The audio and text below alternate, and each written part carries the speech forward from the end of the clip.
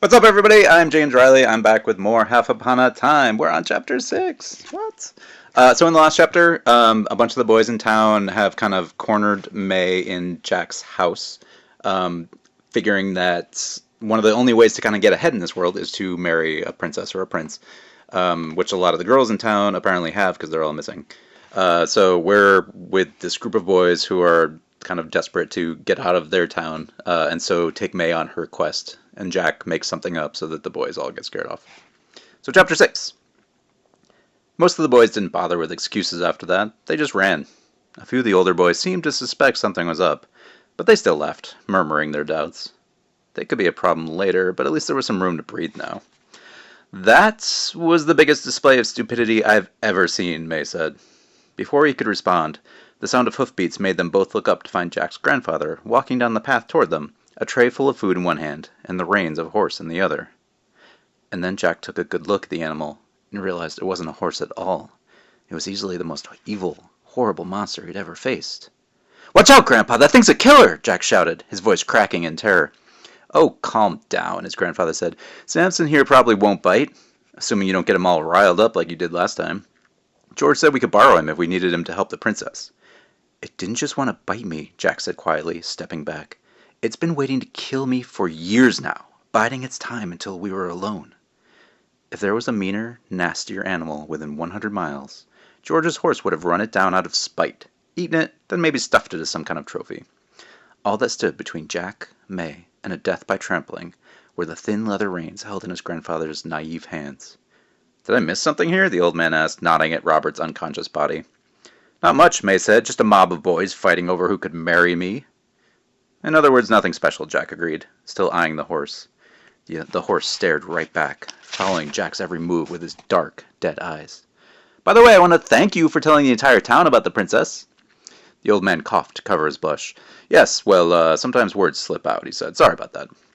Jack rolled his eyes. "Slip out? Sounds like you've been shouting about her from the rooftops.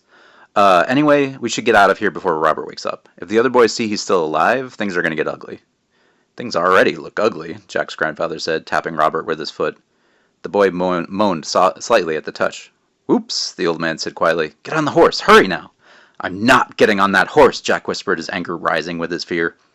"Quit being a baby," May said to Jack, and walked up to the horse. "You're not mean, are you, buddy?" she said to Samson. Samson turned his gaze on the princess, and May immediately took a step back, shivering in the cool evening air. "I think it wants to eat my face off," she said quietly. "It's nothing personal," Jack told her, pulling her away from the monster. "It wants to do that to everybody."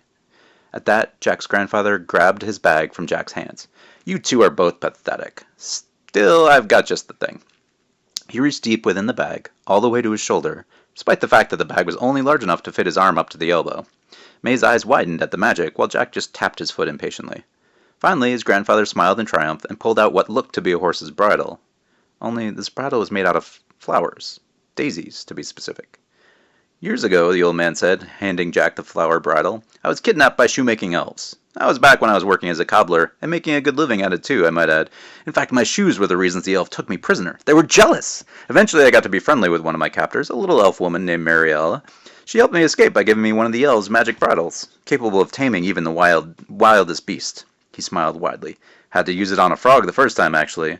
Did I mention they shrunk me to the size of an apple? Amazingly, the bridle grew with me when I turned back to normal, but that's another story." "I've heard it," Jack said, eyeing the horse, then the bridle. At this point, he wasn't sure which was worse. Magic was all well and good when it worked, but it had the tendency to go wrong just when you needed it the most. Say, for example, when you were trapped on the back of a devil horse. On the ground, Robert moaned again, and Jack realized they didn't exactly have a choice. He sighed, took the bridle, and planted his feet, facing Samson. He took a deep breath, and held the bridle out between his hands, then thrust it at the horse's mouth. Samson immediately opened his jaws to bite one of Jack's hands, but Jack quickly jerked them to the side, so Samson bit down on the flower bridle instead. Immediately, the beast froze completely, although his cold, dead eyes still glared at Jack. "Huh," Jack said, honestly impressed that the bridle worked. "I've seen that story a million times in the storybook, but I still thought you were making it up." "Shows what you know," his grandfather told him, helping May up onto the unmoving horse. After she was up, the old man handed Jack the bag. "Take this, too." What is that anyway? May asked. Ah, Jack's grandfather said, lighting up. It's a magic sack, princess. No matter what you put in it, it'll never weigh you down or fill up. It's also where I keep my most treasured magical items. May they come in handy on your trip. He threw Jack a look. That includes one of your father's beans, by the way. Try not to eat that. Come the morning, you'll have more than indigestion. Thanks, Jack said as he leapt onto the horse behind May. Are you going to be okay here alone? I'll be fine. Get out of here, his grandfather said, eyeing the growing crowd of boys standing on the path back to town. And try not to mess this up, huh? Thanks for the optimism, Jack said, then shook the reins. Samson immediately began to walk, then trot.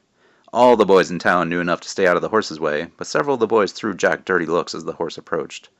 And then, just as Jack and May passed by the largest group of boys, an angry voice yelled out from behind them. Hey, what's going on here? Robert yelled. You tricked me, Jack! Get him, guys! A loud conk shut Robert up as Jack's grandfather smacked him with the food tray, but it was already too late. Jack kicked Samson into a gallop, and off they went down the path, a screaming mob of boys right behind them.